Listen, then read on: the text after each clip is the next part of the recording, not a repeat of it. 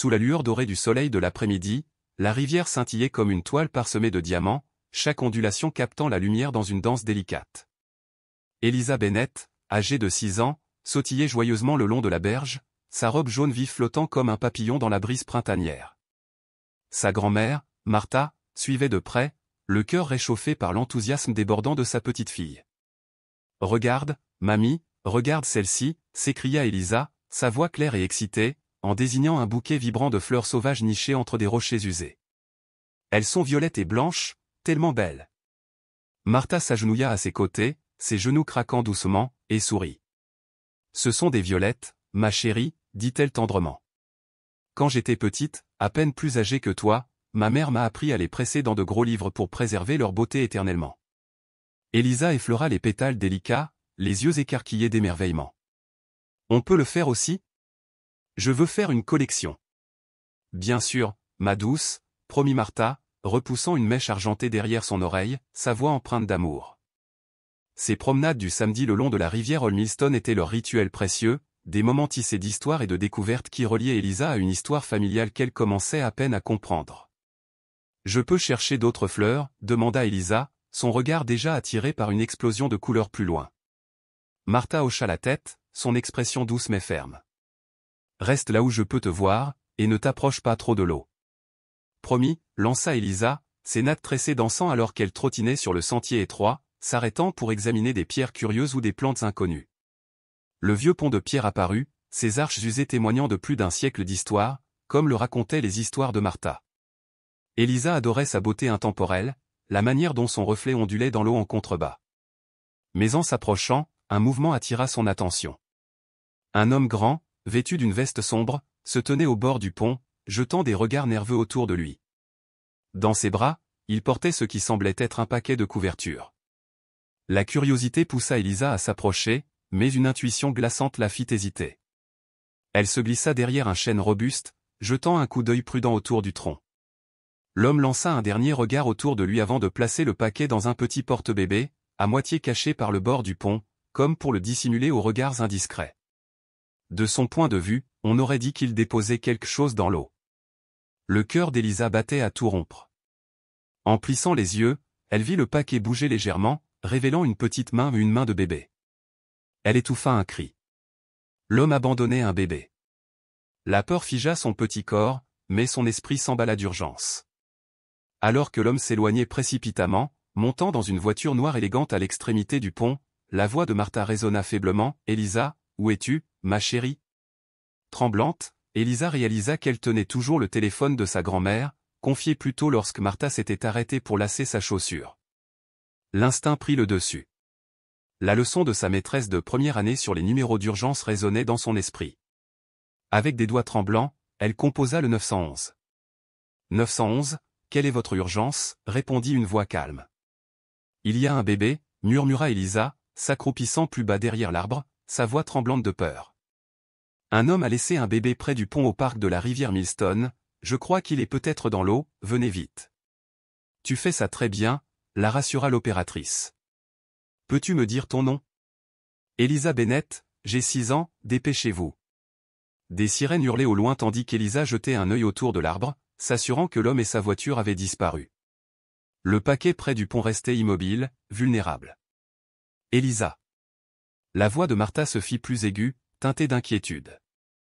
Les sirènes s'amplifièrent, et le cœur d'Elisa battait comme un tambour alors qu'elle restait cachée, son petit acte de courage sur le point de dévoiler un mystère bien plus grand qu'elle ne pouvait l'imaginer. Des voitures de police et une ambulance surgirent dans le parc, brisant la tranquillité de l'après-midi. Les appels de Martha devinrent frénétiques. « Je suis là, mamie !» cria enfin Elisa, sortant de sa cachette alors que les officiers se précipitaient vers le pont. Martha se rua vers elle, le soulagement inondant son visage. « Elisa, tu m'as fait une peur bleue. Que se passe-t-il ? Pourquoi la police est-elle là ?» Avant qu'Elisa ne puisse répondre, une femme officier s'approcha, son badge indiquant « Officier Chen ». S'agenouillant à la hauteur d'Elisa, elle demanda doucement « Es-tu Elisa, celle qui a appelé le 911 ?» Elisa hocha la tête, soudain intimidée par l'attention. « Il y a un bébé près du pont » murmura-t-elle. Un homme l'a laissé là. Martha étouffa un cri, la main sur la bouche. Un bébé? Mon Dieu! Elisa, peux-tu nous montrer exactement où? Demanda l'officier Chen, sa voix posée. Main dans la main avec Martha, Elisa les guida jusqu'à l'endroit, pointant du doigt tremblant. Il a mis quelque chose enveloppé dans des couvertures juste là, près du bord. Deux officiers s'avancèrent prudemment. L'un d'eux, un homme grand aux yeux bienveillants, se pencha et souleva un petit porte-bébé étanche, partiellement dissimulé parmi les rochers. On a un bébé, cria-t-il. Vivant et apparemment indemne. Les ambulanciers se précipitèrent avec une civière tandis qu'Elisa et Martha observaient, stupéfaites. L'officier posa délicatement le porte-bébé sur la civière, et Elisa aperçut de petits doigts s'échappant de couverture bleue douce. « Le bébé va bien ?» demanda-t-elle, sa voix faible mais pleine d'espoir. L'officier Chen hocha la tête chaleureusement. « Oui, grâce à toi, le porte-bébé était conçu pour flotter et était fixé pour ne pas dériver, il n'était pas dans l'eau, mais c'était une situation dangereuse. » Elle se tourna vers Martha. « Votre petite fille est héroïque. » Un homme en civil s'approcha, montrant un badge. « Je suis le détective Morgan, » dit-il, son ton doux mais sérieux.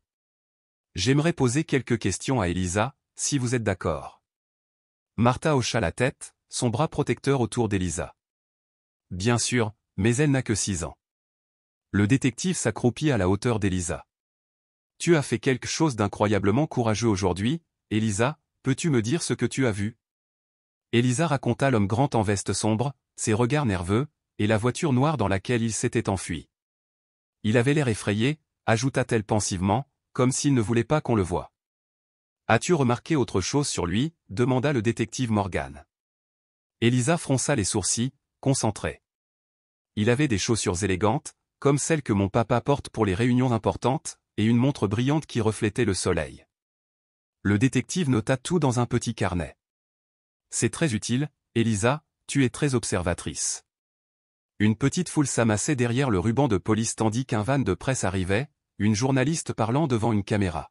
« Le bébé est transporté à l'hôpital général de Millstone pour évaluation, » informa l'officier Chen. « C'est un nouveau-né, peut-être âgé de quelques jours seulement. » Martha serra Elisa contre elle. « Le bébé ira bien ? » « Les ambulanciers disent qu'il semble en bonne santé et bien soigné, » répondit l'officier Chen.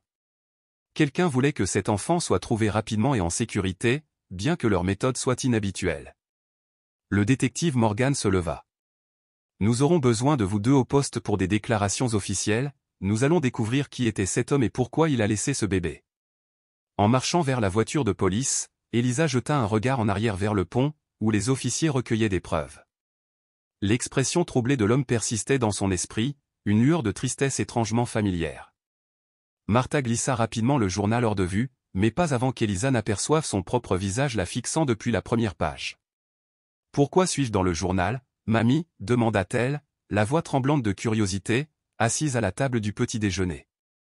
Sa cuillère s'arrêta à mi-chemin de sa bouche, son repas oublié, ses grands yeux cherchant une réponse sur le visage de Martha. Celle-ci soupira profondément, posant doucement sa tasse de café, la chaleur de la tasse offrant un bref réconfort face au poids de l'instant. « Parce que ce que tu as fait est extraordinaire, ma chérie, » dit-elle avec douceur, la voix empreinte de fierté.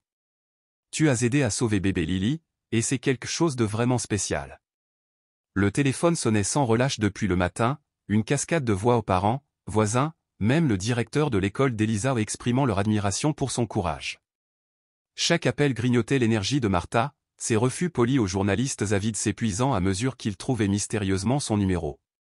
Elisa, indifférente au tumulte, repoussa son bol de céréales, son jeune visage illuminé d'espoir.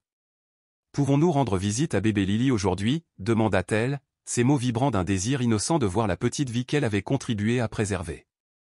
La question surprit Martha, son cœur se serrant face à sa simplicité.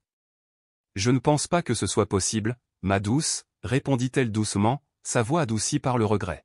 « Les hôpitaux ont des règles strictes pour les visiteurs. » À cet instant, la sonnette retentit, stridente et insistante. Martha jeta un œil par le Judas, le souffle coupé en voyant l'inspecteur Morgan sur le porche, accompagné de Rebecca Hudson, leurs expressions graves mais bienveillantes.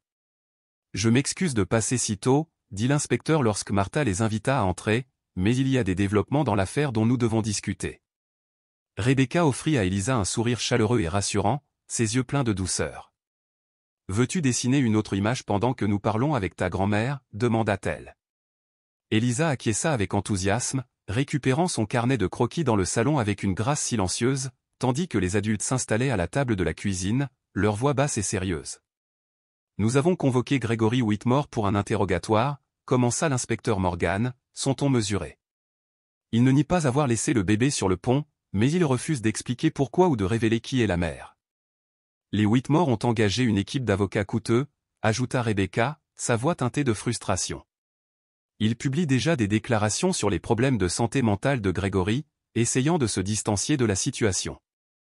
Martha tordit nerveusement son alliance, le métal familier frais contre ses doigts tremblants. Que adviendra-t-il du bébé, demanda-t-elle, sa voix à peine audible, lourde d'inquiétude pour la petite vie prise dans cette tempête. Pour l'instant, elle reste à l'hôpital, expliqua Rebecca calmement. Nous effectuons des tests ADN pour établir la filiation, c'est la procédure standard dans les cas d'abandon. Depuis sa place dans le salon, Elisa ne pouvait pas tout entendre, mais elle remarqua la pâleur croissante du visage de sa grand-mère, les rides d'inquiétude s'accentuant. Abandonnant son dessin, elle se rapprocha discrètement de la porte de la cuisine, son petit corps silencieux comme une ombre. Il y a autre chose, dit l'inspecteur Morgan, faisant glisser une photographie sur la table avec précaution. Ceci provient des dossiers de l'hôpital. Remarquez la marque de naissance sur l'épaule de bébé Lily. La main de Martha trembla lorsqu'elle souleva la photo, ses yeux se fixant sur l'image. Une marque en forme de cœur, murmura-t-elle, sa voix se brisant sous le poids d'une reconnaissance soudaine, une vague de souvenirs menaçant de la submerger. Elle est assez distinctive, nota Rebecca doucement, son ton empreint d'un espoir discret. Nous espérons qu'elle pourrait aider à identifier sa famille. Martha hésita, le cœur battant, puis se leva lentement de sa chaise. Attendez ici, dit-elle, sa voix ferme malgré la tempête en elle, avant de disparaître dans sa chambre. Lorsqu'elle revint, elle portait un vieux coffre en bois, sa surface usée gardienne de secrets qu'Elisa avait entreaperçu la veille. Ma fille Caroline avait la même marque de naissance, dit Martha à voix basse, ses doigts tremblants en soulevant une photographie du coffre. Elle a quitté la maison il y a 8 ans après une terrible dispute. Je ne l'ai ni vue ni entendue depuis. L'inspecteur Morgan étudia la photographie avec une attention soutenue, ses yeux plissés. Quel âge aurait Caroline aujourd'hui, demanda-t-il.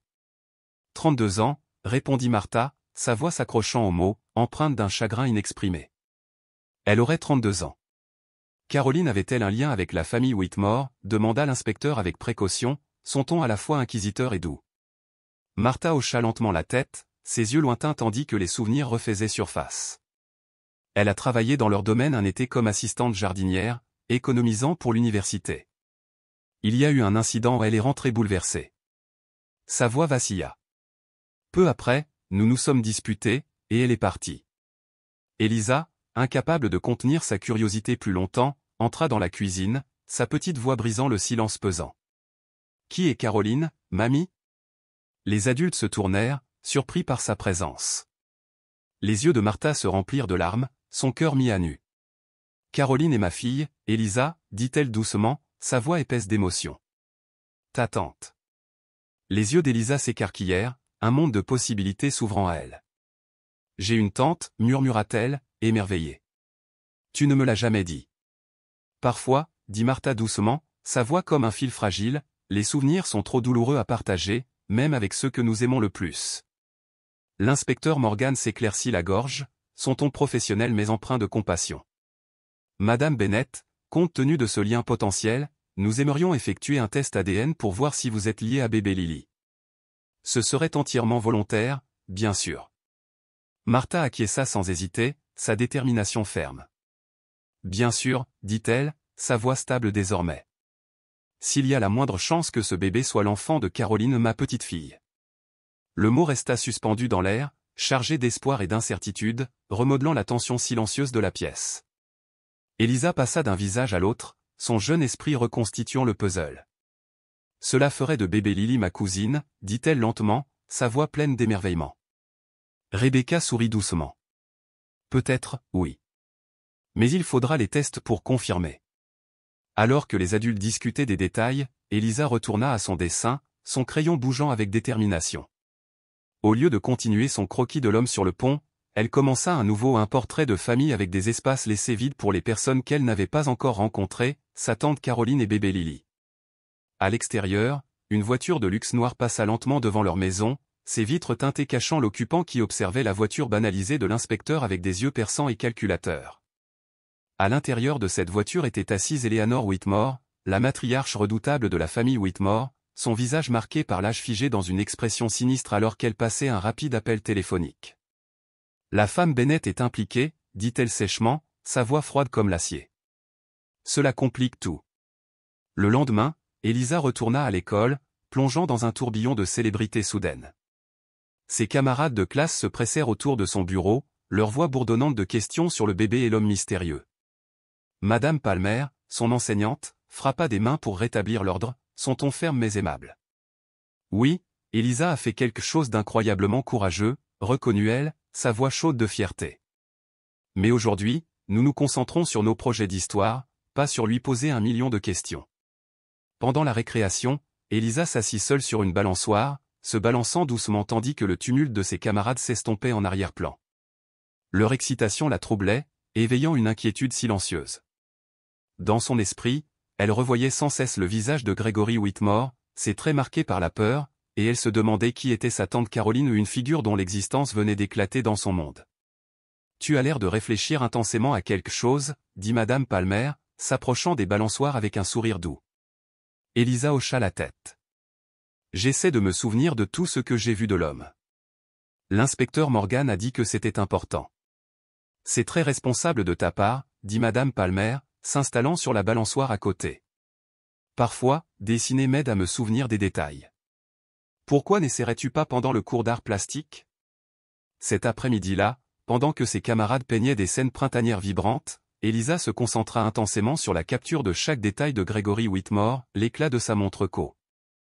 Huteuse au soleil, le brillant de ses chaussures cirées, et, surtout, le regard hanté dans ses yeux alors qu'il jetait un coup d'œil par-dessus son épaule sur le pont. Lorsque Martha vint la chercher après l'école, Elisa montra fièrement son dessin, son jeune visage illuminé de détermination. « C'est vraiment bien, ma chérie, » dit Martha, étudiant le croquis avec un cœur lourd. « Tu as capturé quelque chose dans son expression auquel je n'avais pas pensé. »« Quoi donc » demanda Elisa, sa curiosité aiguisée. « Il a l'air effrayé, » répondit Martha doucement, sa voix teintée d'une tristesse qu'elle ne pouvait nommer. À la maison, elles trouvèrent l'inspecteur Morgan attendant sur leur porche, son visage s'illuminant en voyant le dessin d'Elisa. « Cela pourrait être utile, » dit-il, prenant le croquis avec soin. « Tu as inclus des détails absents des images de vidéosurveillance. »« Comme quoi » demanda Elisa, les yeux écarquillés de curiosité. La manière dont il regardait autour de lui, comme s'il craignait que quelqu'un l'observe, expliqua l'inspecteur, s'agenouillant à sa hauteur. « J'aimerais te poser quelques questions supplémentaires, si cela te va.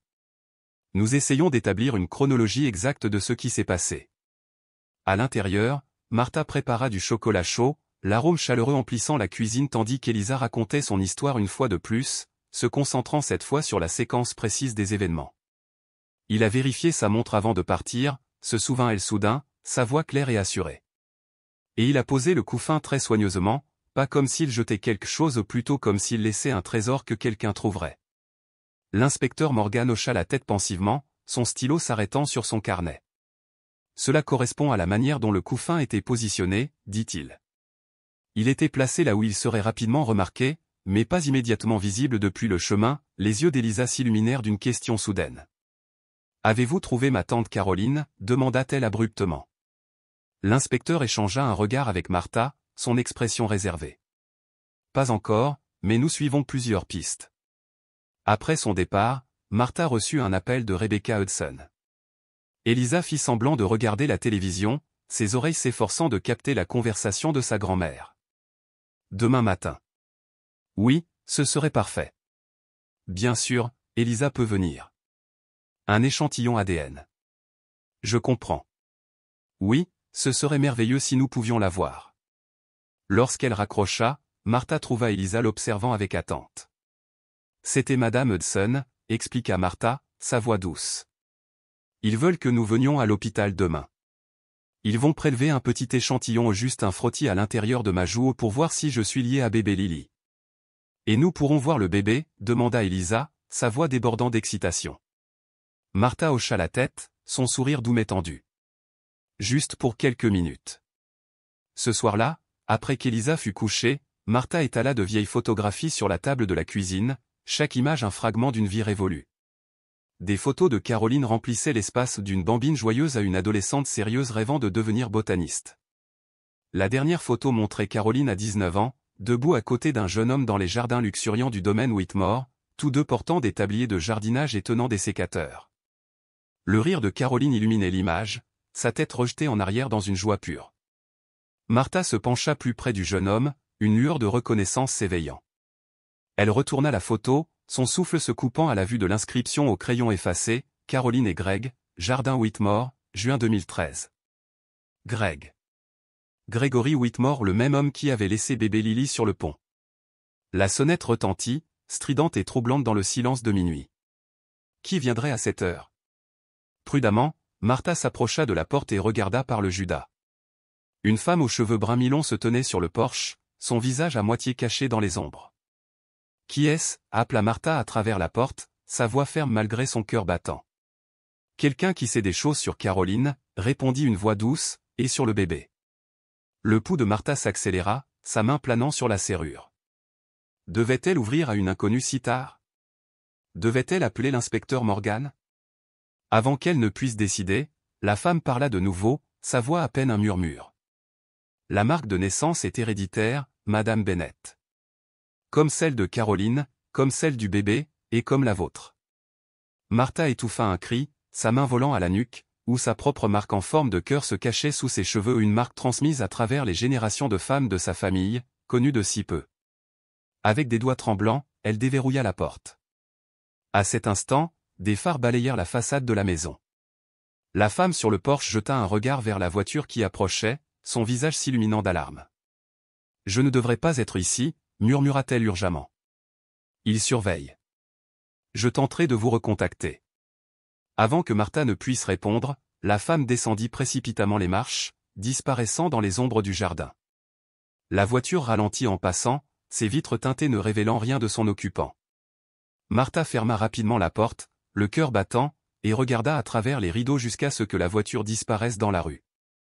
Qui était cette femme, et qui les surveillait? Le lendemain matin, Martha ne dit rien de la visiteuse nocturne tandis qu'elle aidait Elisa à se préparer pour leur visite à l'hôpital, bien que ses pensées bouillonnaient d'inquiétude. Elisa, toujours perspicace, remarqua la distraction de sa grand-mère. « Tu es inquiète pour quelque chose, mamie » demanda-t-elle alors qu'elle roulait vers l'hôpital général de Millstone. Martha força un sourire, sa voix douce. « Je pense juste à bébé Lily, ma chérie. » Le service pédiatrique était une explosion de couleurs, avec des animaux peints en sang sur les murs, un contraste joyeux avec le poids dans le cœur de Martha. Rebecca Hudson les accueillit dans le hall, son porte-bloc sous le bras, son sourire chaleureux et accueillant. « Merci d'être venu, dit-elle. Nous avons prévu une brève visite avec bébé Lily après le prélèvement de l'échantillon ADN, si cela vous convient toujours. » Une infirmière conduisit Martha dans une petite salle d'examen, tandis que Rebecca restait avec Elisa dans la salle d'attente. « J'ai apporté quelque chose pour bébé Lily, » dit Elisa, ouvrant soigneusement son sac à dos pour révéler un petit lapin en peluche, choisi avec amour dans sa propre collection précieuse. Le sourire de Rebecca s'élargit. « C'est très attentionné de ta part, Elisa. »« Sauront-ils aujourd'hui si c'est ma cousine » demanda Elisa, sa voix vibrante d'espoir.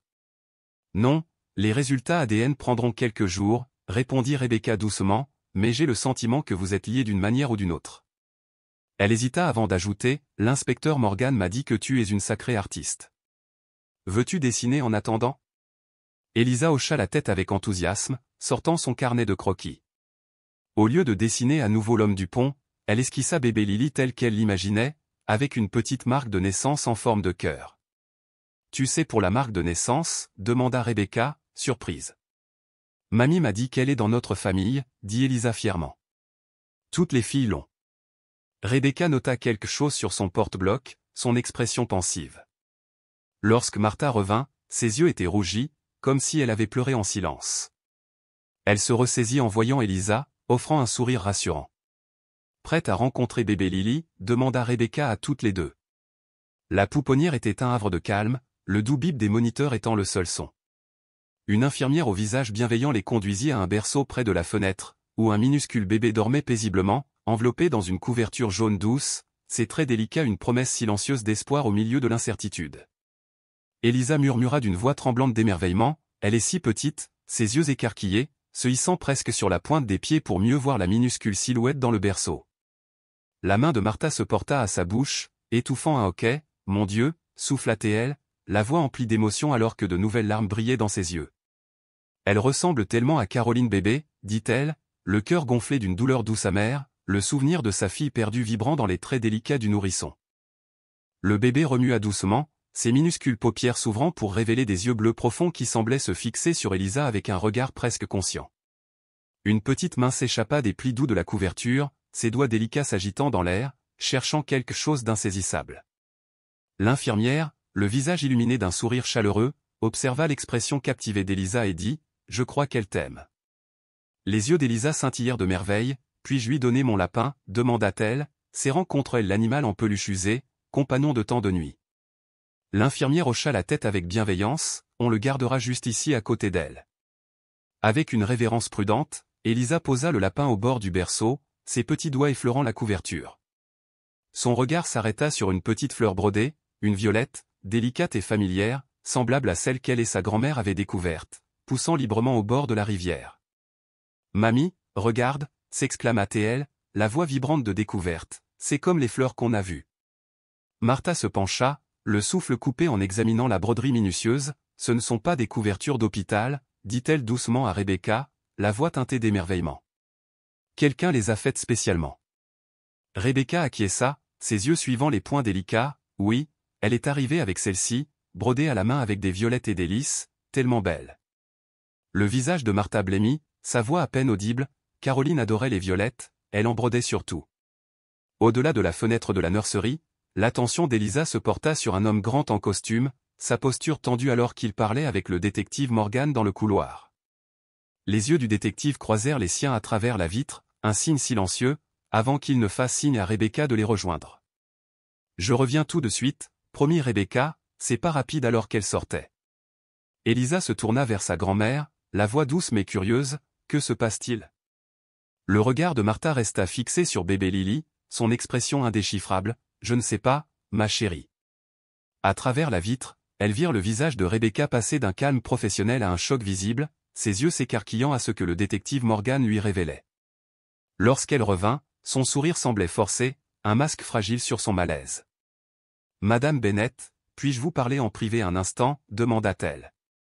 La voix d'Elisa s'éleva, « Puis-je rester avec bébé Lily ?»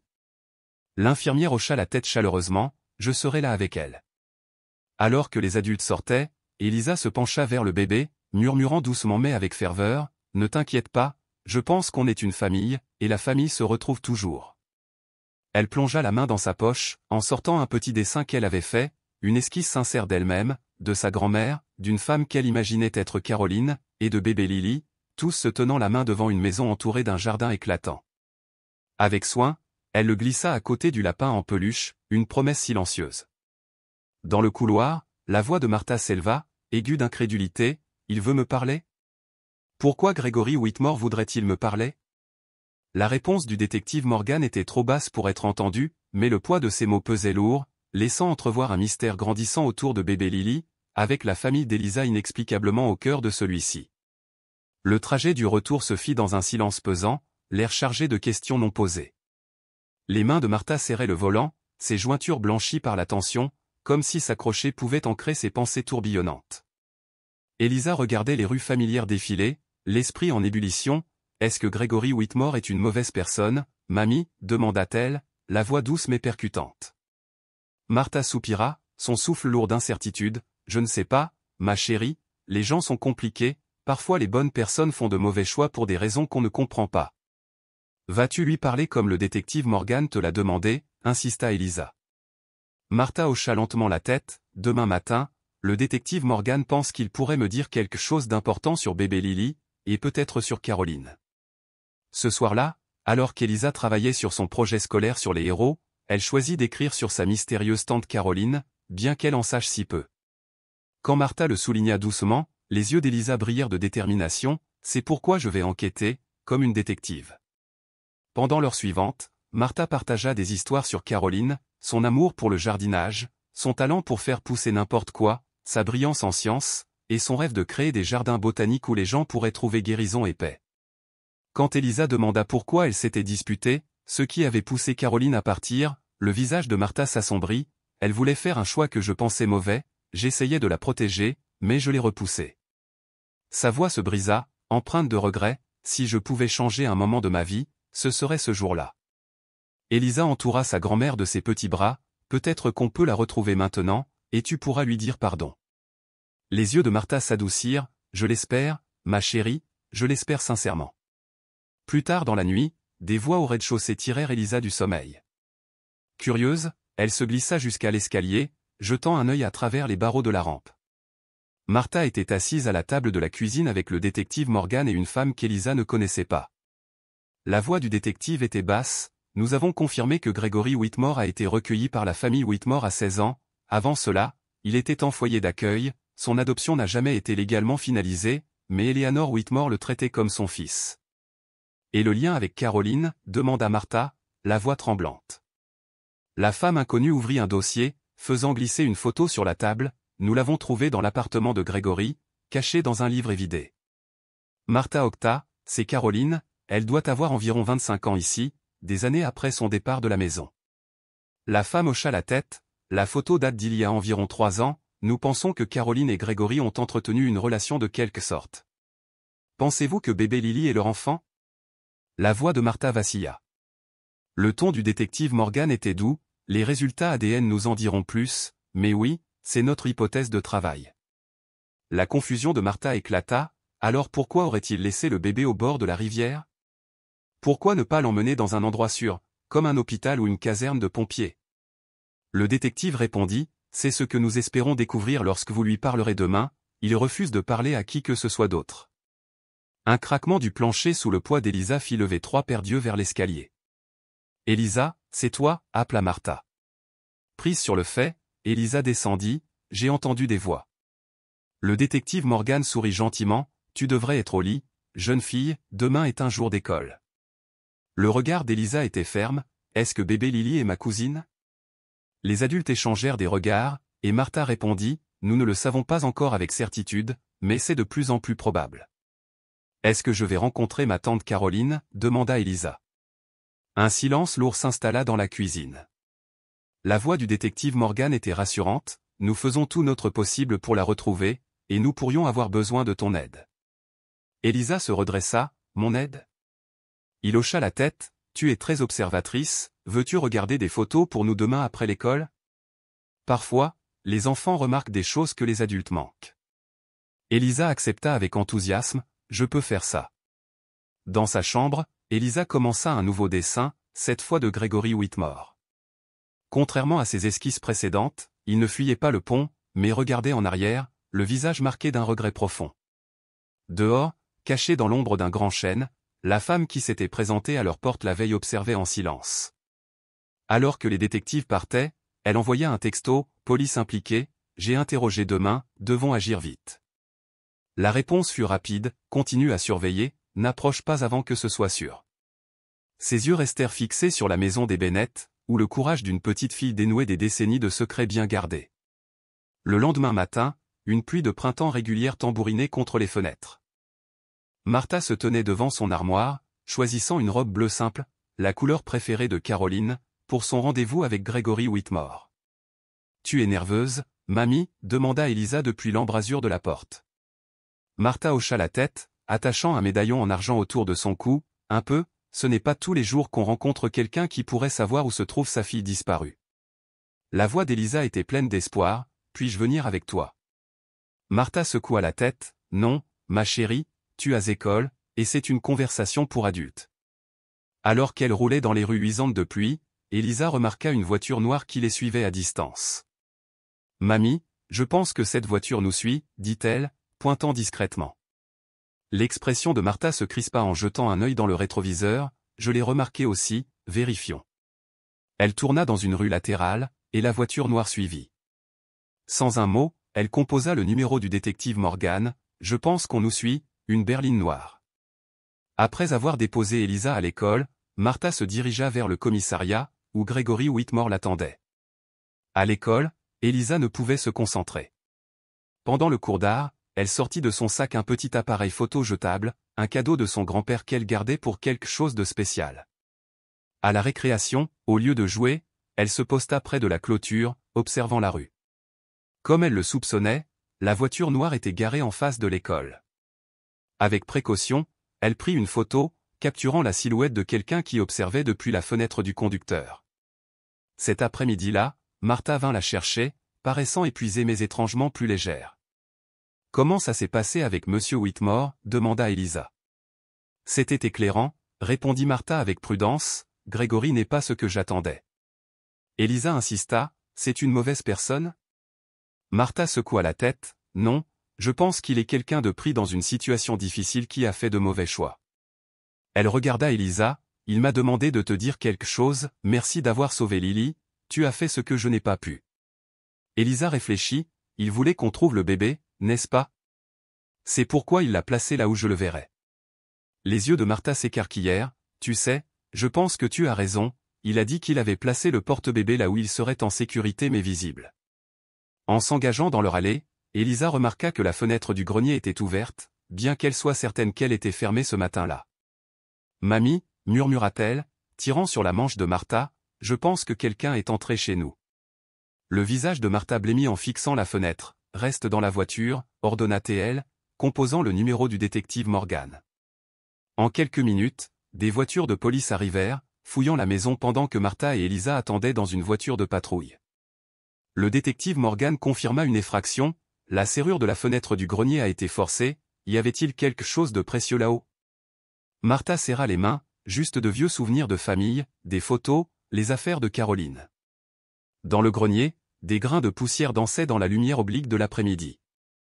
Des boîtes étaient éparpillées, certaines ouvertes, leur contenu renversé.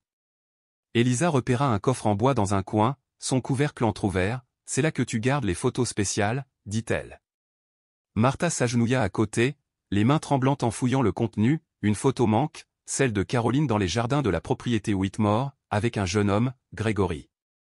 Pendant que les adultes discutaient de l'effraction, Elisa s'approcha d'une boîte renversée et trouva un vieil album photo qu'elle n'avait jamais vu. En l'ouvrant, elle octa doucement, « Mamie, regarde. » L'album contenait des photographies de deux jeunes femmes, l'une étant sans aucun doute une version plus jeune de sa grand-mère, tandis que l'autre était une femme saisissante aux cheveux auburn et aux traits acérés. Elisa, tenant l'album, demanda avec curiosité, « Qui est à côté de toi ?» Les mains tremblantes de Martha saisirent l'album. « C'était Eleanor Whitmore » murmura-t-elle, « Nous étions amis, il y a si longtemps. » Le détective Morgan, aussi surpris qu'Elisa, intervint, « Vous connaissiez Eleanor Whitmore personnellement? Vous ne l'avez jamais mentionné. » Martha répondit sur la défensive, « C'était il y a plus de 40 ans, nous nous sommes disputés, je ne pensais pas que c'était pertinent. » Le détective, d'une voix douce mais ferme, rétorqua, « Vu les récents événements, je dirais que c'est extrêmement pertinent. » Madame Bennett, y a-t-il autre chose que vous ne nous avez pas dit? Martha s'effondra sur une vieille malle, son visage marqué par ses 70 ans de vie. Eleanor et moi avons grandi ensemble, inséparables, jusqu'à ce que nous tombions amoureuses du même homme en fac, Thomas Bennett, mon défunt mari.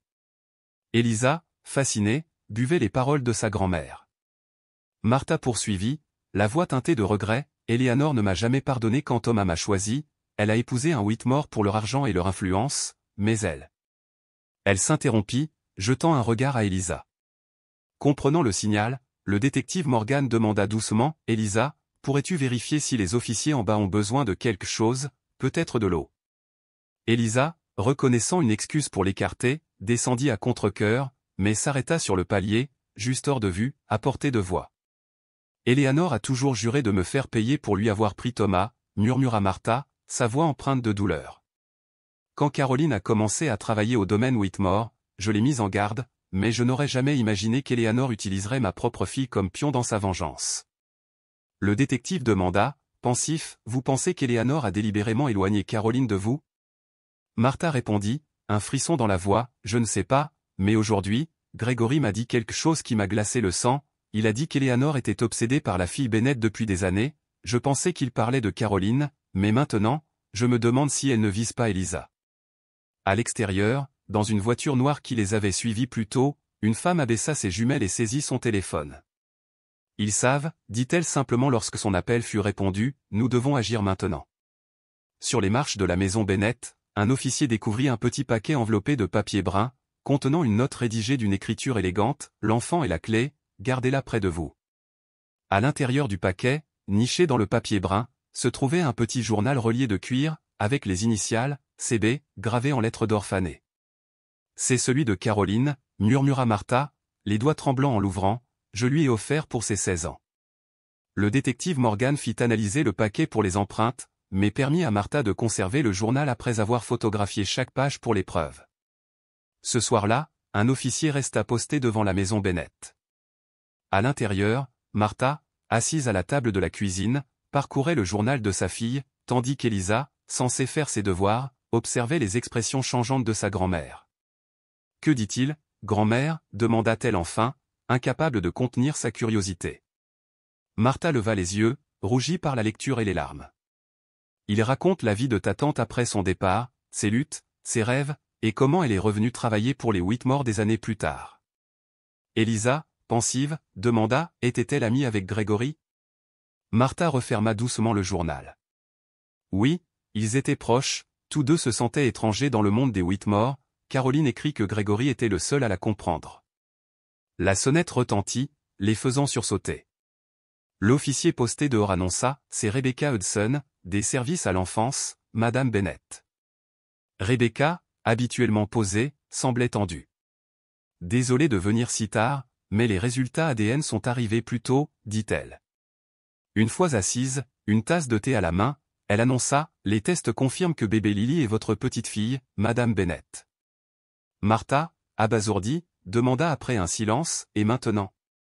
Rebecca expliqua, vu les circonstances, et avec Gregory Whitmore refusant de donner des informations sur la mère, le tribunal accordera probablement une garde temporaire à un membre de la famille, vous auriez la priorité si vous êtes prête. Ramenez-la à la maison, répondit Martha sans hésiter, bien sûr, nous la prendrons. Elisa, qui écoutait en silence, esquissa un large sourire. J'aurai une petite cousine qui vivra avec nous. Rebecca hocha la tête, souriante. C'est le plan, en attendant l'approbation finale, elle pourrait être ici dès demain après-midi. Plus tard, après le départ de Rebecca, Elisa débordait d'excitation, planifiant déjà comment réorganiser ses jouets pour faire place au bébé. Cette nuit-là, après qu'Elisa fut couchée, Martha rouvrit le journal de Caroline, lisant les dernières entrées datant de quelques mois. Et Eleanor c'est pour le bébé, écrivait Caroline, elle devient plus contrôlante chaque jour, Gregory dit qu'on devrait partir, mais où irions-nous? Elle a des yeux partout.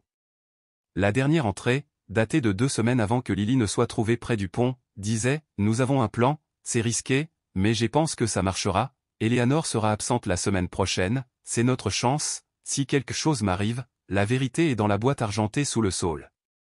Martha referma le journal, perplexe. Quelle boîte argentée? Quel saule? Le domaine Whitmore en était rempli. À l'extérieur, dans l'obscurité, alors qu'un officier patrouillait, une ombre glissa dans le jardin. La femme de la voiture noire plaça délicatement une petite boîte argentée gravée sous un saule ornemental. Son téléphone s'illumina d'un message, Eleanor à l'hôpital, crise cardiaque, sécurité affaiblie, agissez maintenant. Elle jeta un dernier regard à la maison où Elisa dormait paisiblement, ignorant son rôle central dans ce drame.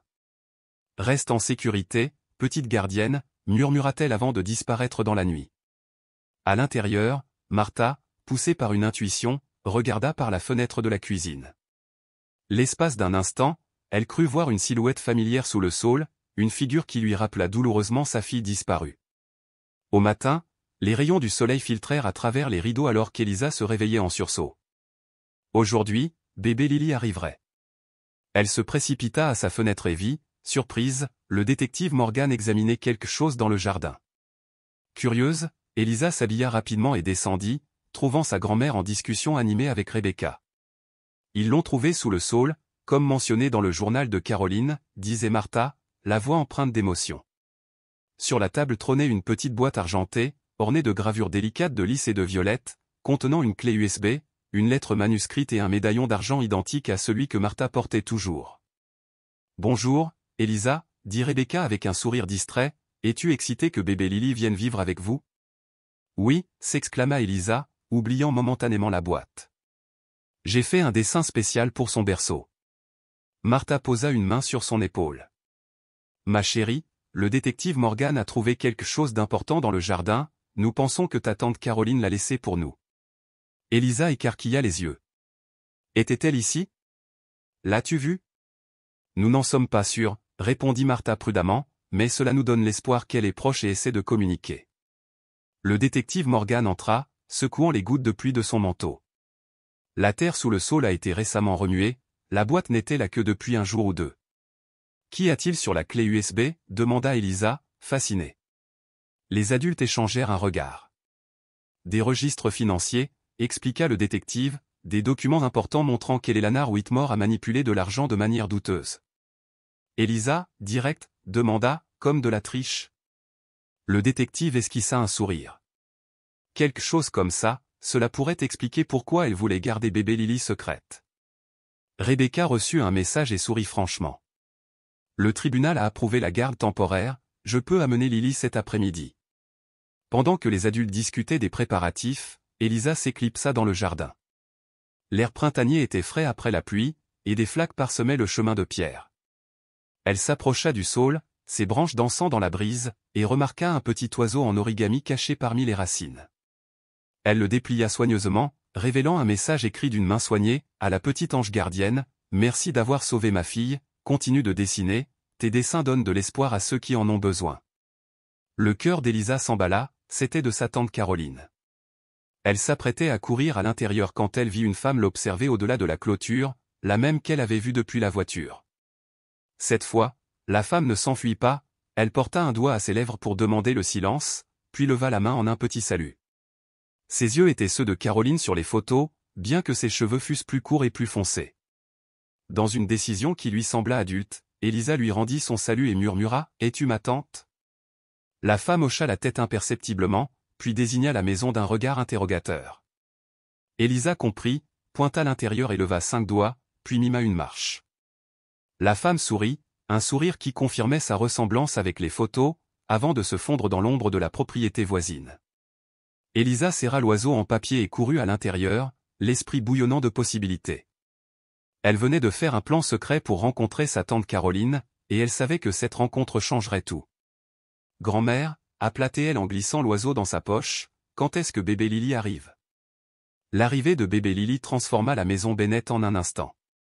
Rebecca l'amena cet après-midi-là, avec un berceau temporaire, des fournitures et les couvertures brodées trouvées avec elle au pont. Martha prit sa petite fille dans ses bras pour la première fois, des larmes coulant sur ses joues. Elle a les yeux de Caroline, murmura-t-elle, berçant doucement le bébé. Elisa, émerveillée, observait sa petite cousine, oubliant momentanément sa rencontre dans le jardin. Les doigts de Lily s'enroulèrent autour de son petit doigt, avec une force surprenante. Elle sait que vous êtes sa famille, observa Rebecca en souriant.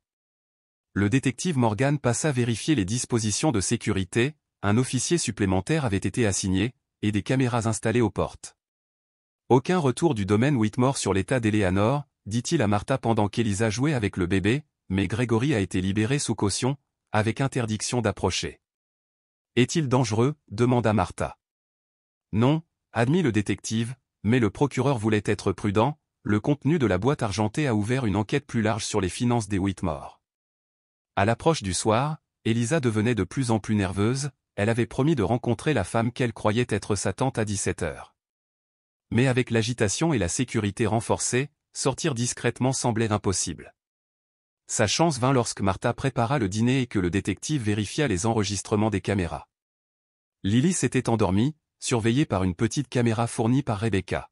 « Je vais chercher mon carnet de dessin sur le banc du jardin », annonça Elisa avec désinvolture, « je l'ai laissé là tout à l'heure. » « Ne va pas plus loin que le jardin », prévint Martha sans lever les yeux.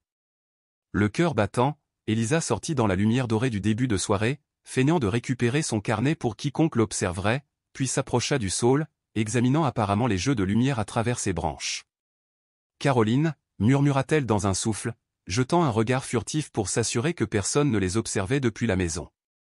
Un silence pesant enveloppa l'instant, bientôt brisé par un froissement léger au-delà de la clôture usée. Une femme surgit, ses gestes rapides mais prudents, s'agenouillant pour croiser le regard émerveillé d'Elisa. « Bonjour, Elisa, dit-elle doucement, sa voix tendre, légèrement rauque, comme usée par des années de silence. « Je suis ta tante Caroline, ajouta-t-elle, ses yeux d'un bleu profond, semblables à des lilas en fleurs, scintillant de larmes contenues. « Merci, petite courageuse, d'avoir sauvé ma fille. » Elisa inclina la tête, sa voix claire et directe. « Pourquoi ne viens-tu pas à l'intérieur? Grand-mère te manque tellement, et Lily est là maintenant. » Le visage de Caroline s'assombrit, partagé entre un désir ardent et une peur viscérale. « Je ne peux pas encore, répondit-elle doucement. « Certains pourraient faire du mal à notre famille s'ils savaient que je suis ici, expliqua-t-elle, sa voix tremblante sous le poids de son secret. Elle tendit la main à travers une fente dans la clôture, offrant une enveloppe scellée, ses bords usés mais lourds de vérité. « Peux-tu la donner à ta grand-mère? Elle contient tout. » Elisa prit l'enveloppe, sentant son poids solennel dans ses petites mains. « Es-tu en danger? Demanda-t-elle, son front plissé. Un sourire triste effleura les lèvres de Caroline. « Oui, mais pas comme tu pourrais le croire, dit-elle, jetant un regard nerveux par-dessus son épaule. « Je me cache pour protéger Lily. Grégory m'aide, mais nous devons être prudents. » La confusion d'Elisa s'intensifia, sa voix montant. « Grégory? Mais il a laissé bébé Lily au pont. » Caroline répondit avec urgence, ses mots se précipitant. Il essayait de la sauver. Et les Lanard menaçaient de me la prendre pour toujours. Grégory a conçu un plan pour la placer là où elle serait vite trouvée, en sécurité, sachant que j'avais laissé des indices pour ta grand-mère. Elle s'arrêta, ses yeux s'adoucissant de gratitude. Nous n'avions jamais imaginé qu'une petite fille courageuse serait son sauveur. Le claquement d'une portière de voiture au loin brisa l'instant fragile. Caroline se raidit, retenant son souffle. « Je dois partir, » murmura-t-elle, sa main serrant brièvement celle d'Elisa à travers la clôture. « Dis à ta grand-mère que je l'aime et que je reviendrai quand ce sera sûr. Continue de dessiner, petite gardienne. Tes dessins m'ont guidé vers la maison. » Aussi vite qu'elle était apparue, Caroline se fondit dans les ombres grandissantes. Elisa serra l'enveloppe contre sa poitrine, son cœur tourbillonnant d'excitation à l'idée de rencontrer sa tante, d'inquiétude pour le danger qu'elle affrontait, et d'une détermination farouche à réunir sa famille brisée. Depuis la fenêtre de la cuisine, le détective Morgan observait, son regard pensif captant l'échange entier. Elisa resta figée dans le jardin, l'enveloppe pressée contre elle. Elle sursauta lorsque la voix du détective Morgan résonna depuis la porte arrière. « Elisa, à qui parlais-tu » L'espace d'un instant, elle envisagea de cacher la lettre, mais une intuition lui souffla qu'il pourrait être un allié. « C'était ma tante Caroline, avoua-t-elle, s'avançant vers lui. Elle m'a donné ceci pour grand-mère. » Le détective hocha la tête, son expression calme mais sans surprise. « Je m'en doutais. Allons à l'intérieur et montrons cela à ta grand-mère ensemble. » Martha berçait bébé Lily après un repas lorsqu'ils entrèrent dans le salon, ses yeux se fixant immédiatement sur l'enveloppe dans les mains d'Elisa. « Qu'est-ce que c'est, ma chérie » demanda-t-elle, sa voix tremblante. « Une lettre de Caroline » répondit Elisa simplement. Elle était dans le jardin. Elle se cache pour protéger Lily. Les mains de Martha tremblèrent si fort qu'elle manqua de laisser tomber le bébé. Le détective Morgan s'avança rapidement, prenant Lily avec l'aisance d'un père expérimenté. « Tu as vu Caroline, ma Caroline » La voix de Martha se brisa, empreinte de disbelief et d'espoir. Elisa acquiesça, tendant l'enveloppe. « Elle m'a dit de te dire qu'elle t'aime et qu'elle rentrera quand ce sera sûr. » Avec des doigts tremblants, Martha déchira l'enveloppe, révélant des pages manuscrites et une petite clé scintillante. « C'est une confession » souffla Martha, parcourant la première page, sa voix s'étranglant en lisant les manigances financières d'Eleanor Whitmore, sa manipulation de Grégory, et sa menace glaçante de prendre Lily si Caroline tentait de la contacter. Morgan se pencha, lisant par-dessus son épaule. « Cela confirme tout ce que contiennent les dossiers financiers de la boîte en argent. Avec ceci, nous pouvons protéger Caroline et Lily des Whitmore. »« Il y a plus » murmura Martha, sa voix à peine audible. Caroline écrit que la vendetta d'Eleanor contre notre famille remonte à des décennies, à l'époque où Thomas m'a choisi plutôt qu'elle. Tout ce qu'elle a fait était un acte de vengeance calculé. Bébé Lily s'agitait, son petit visage se crispant de mécontentement. Martha tendit instinctivement les bras vers elle, son amour maternel l'emportant sur le choc de ses révélations. « Que se passe-t-il maintenant » demanda Elisa, son regard passant de sa grand-mère au détective. Le téléphone de Morgan vibra, son expression s'assombrissant en lisant le message. Eleanor Whitmore est réveillée. Elle donne une conférence de presse demain matin. Il croisa le regard de Martha. Avec la lettre de Caroline et les preuves financières, nous pouvons agir contre elle, mais il nous faut le témoignage de Caroline. Le regard de Martha s'arrêta sur la petite clé, son étiquette indiquant « Unité de stockage 217, Millstone Jonction ». Un léger sourire effleura ses lèvres. Caroline a toujours été méticuleuse. Si elle a gardé des dossiers, ils seront complets. Morgan hocha la tête, composant déjà un numéro sur son téléphone. J'envoie des officiers sécuriser l'unité immédiatement. Elisa s'approcha de la fenêtre, ses yeux fixés sur le saule où elle avait rencontré sa tante. Dans la lumière déclinante, une voiture noire familière passa lentement devant la maison. Détective, appela-t-elle avec urgence. La voiture est de retour. Mais cette fois, elle ne passa pas. Elle s'arrêta dans l'allée, et Gregory Whitmore en sortit, son visage marqué par l'épuisement et l'inquiétude. Il n'est pas censé être ici, dit Morgan sèchement, se dirigeant vers la porte. Attends, interrompit Martha, regardant par la fenêtre. Il n'est pas seul. Une seconde silhouette émergea, encapuchonnée, son visage masqué jusqu'à ce que le capuchon tombe, révélant Caroline Bennett, ses yeux brûlants de détermination après 8 longues années d'absence. Elle est revenue, murmura Elisa, l'émerveillement inondant sa voix. Elle est vraiment revenue. La réunion entre Martha et Caroline fut un torrent de larmes, d'étreintes passionnées et d'excuses brisées, des années de douleur se dissolvant dans la chaleur de leur étreinte. Elisa observa, le cœur gonflé, tandis que sa grand-mère et sa tante s'accrochaient l'une à l'autre. Quand Caroline se tourna vers elle, elle s'agenouilla, les bras grands ouverts. « Ma nièce courageuse, dit-elle, la voix épaissie par l'émotion, le petit ange gardien qui a sauvé ma Lily. » Elisa se blottit dans ses bras, respirant la légère odeur de violette qui semblait imprégner sa tante. « Tes yeux ressemblent au dessin, dit-elle avec la franchise d'une enfant. Caroline rit, des larmes coulant sur son visage. « Et toi, tu ressembles à moi à ton âge. » Quand Caroline vit bébé Lily, son visage se transforma, un amour primal s'allumant alors qu'elle prenait sa fille dans ses bras, murmurant des promesses à travers ses larmes. Gregory se tenait maladroitement près de la porte, sous le regard vigilant de Morgan, son allure soignée remplacée par des vêtements froissés et des yeux cernés. « Je sais que je ne devrais pas être ici, dit-il doucement, mais Caroline a insisté pour que nous venions ensemble. Eleanor prépare quelque chose. » L'expression sévère de Morgan s'adoucit légèrement. « Les conditions de ta caution peuvent attendre, déclara Martha fermement. Ce jeune homme a aidé à ramener ma fille à la maison.